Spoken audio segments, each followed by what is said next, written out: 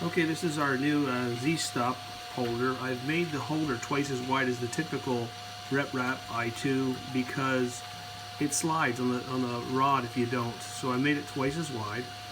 Because this is going to interfere with this up here, we put a slide and glue it to the bottom of this. So you could make a disc, a round circle out of the 3D printer and glue it there, whatever you want that's solid plastic.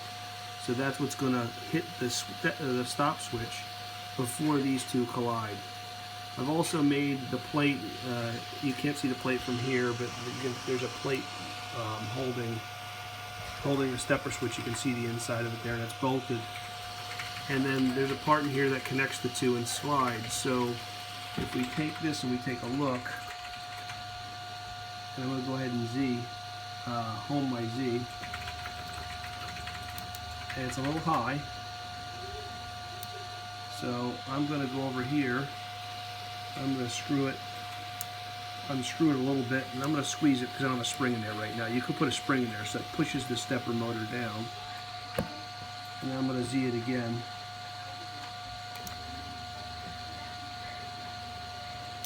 And it's a little closer. One more turn. One more turn down. Get that stepper motor a little, stop switch a little closer. We'll Z one more time. And it's perfect. So it makes it that easy to adjust. You're not unbolting and bolting this mount to the rod. So what I did is I mounted it. I loosened this so the stop switch was pretty low, and then adjusted the mounting position so that it was pretty close.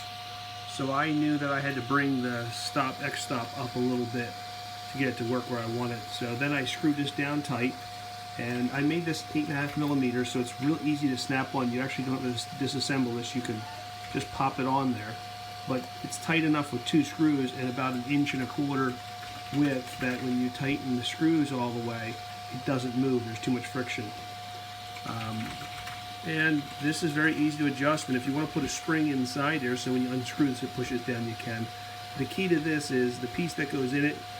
I've made a left and a right depending on which side your screws are and where these terminals are. The terminal's going to stick up that way, but if you sand it real nice, it'll go up and down real smooth for you. So hopefully that explains everything, how it works. It works out pretty well for me.